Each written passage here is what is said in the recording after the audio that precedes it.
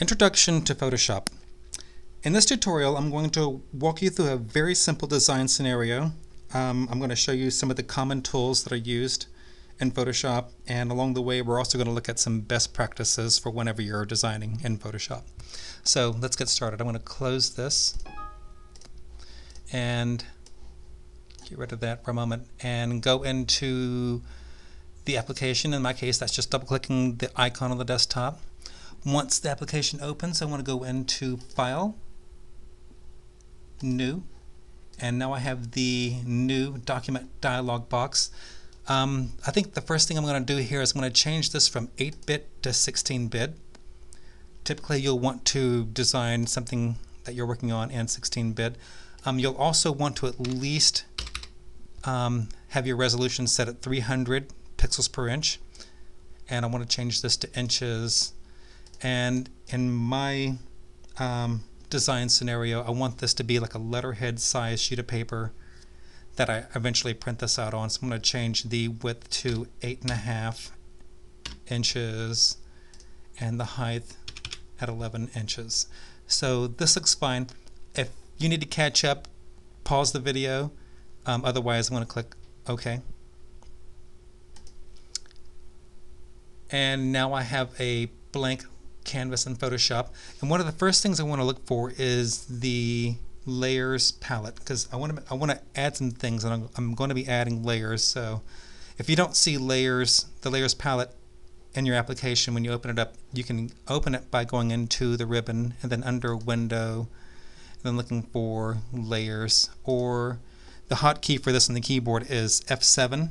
So if you don't see it, you can hit F7 and there it'll be.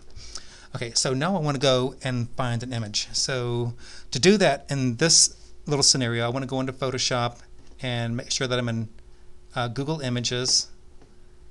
And to get to Google Images, you simply go to the Google's homepage and then look in the top left side of the web page and click on Images, and now you're on Google Images. So in this search, I'm going to type in fashion model. And in quotations, I want to type in Creative Commons and do my search this way. That way I'm looking for a graphic that is in the Creative Commons. So don't have to worry about any copyright restrictions. Even though this is just a practice exercise, this still doesn't hurt to get into the habit of doing this. I'm going to click Search Images.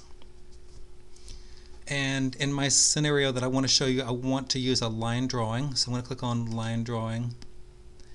And I could do some other things here, like look for large images, because when you're grabbing images from the web, you typically want to find things that are large images and have lots of pixels per inch. So I think I'm going to be fine with this. This is a pretty basic line drawing. I'm going to click on this, and I want to investigate the website just a moment. This is DeviantArt. And I can see on the right side there's a Creative Commons license tag here, so this looks fine. I'm going to this may vary depending on what browser you're using. I'm using Firefox, but if I right click, I get a window with options here. I want to copy the image, and so now I have the image copied to the computer clipboard, and then I'm going to go into the ribbon of Photoshop and click Edit, Paste. And now you can see I have a little image on the canvas, and I might want to make that larger. And to do that, I want to click or hold down the Control key and hit T. That's Control T. Then once I do that, I want to move my hand and hold down the Shift key and grab one of the corners with the mouse and then drag it at an oblique towards the top, and do the same way in the opposite direction towards the bottom. Then once I have a nice fill of the canvas, I'm going to hit Enter on the keyboard, and now I have a nice little graphic there that I can do some things. I want to modify this graphic a little bit, but let's pretend like I'm going to have a lot of layers in this project, so I want to be able to organize my layers.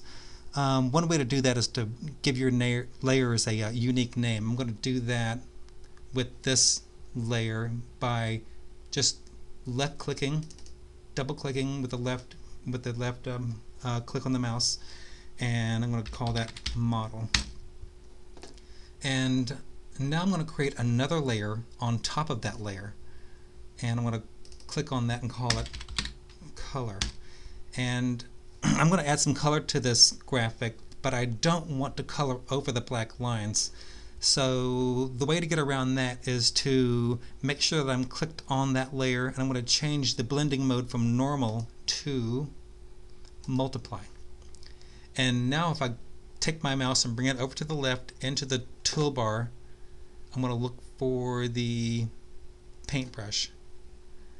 And I want to do some things in the paintbrush dialog box. I want to make sure that I have a paintbrush with a hard edge as opposed to one of these with a fuzzy edge. I want to make sure I have a hard edge and that I have a diameter that's good for this graphic, which is about right there. But this is a useful trick. If you look at your keyboard and you click the left or the right bracket on the keyboard while you have the brush tool selected, you can change the size of your brush on the fly. And it can be a really quick way of changing the size of your brush. I'm going to go with that blue, and I'm in the correct layer. If I was in like the background layer doing this, you wouldn't see anything happening at all. You might see there's something happening in the icon of the layer, but I need to make sure that I'm in the correct layer. So I'm going to click on color. It's above the model, and I'm going to begin to just add some color. And if I get out of the bounds of the line, I can take the eraser tool, and using the left-right brackets, I can change the size of that eraser and just erase some of that away. And there's no way that I can affect I don't have to worry about affecting the black line drawing because I'm not on that layer. Everything is on that layer. See, I just erased part of the leg. I want to hit Control Z and then Control Alt Z to back up twice. So I can spend some time coloring this graphic if I wanted to, but I need to kind of finish up. So let's pretend like I'm finished, and I want to save this. To save this, I want to go into File, Save As, and I want to make sure that I've selected PSD for Photoshop Document and change that to Model and save it on the desktop. And as I'm saving it as a Photoshop document, it's going to preserve these layers. So if I want to come back a couple of minutes from now, a couple of hours from now, or a couple of days from now and work on this some more, those layers will still be there. And I can hit Save, hit OK. It'll take a moment for it to save. And now I can close it, minimize Photoshop, and there's my model Photoshop document.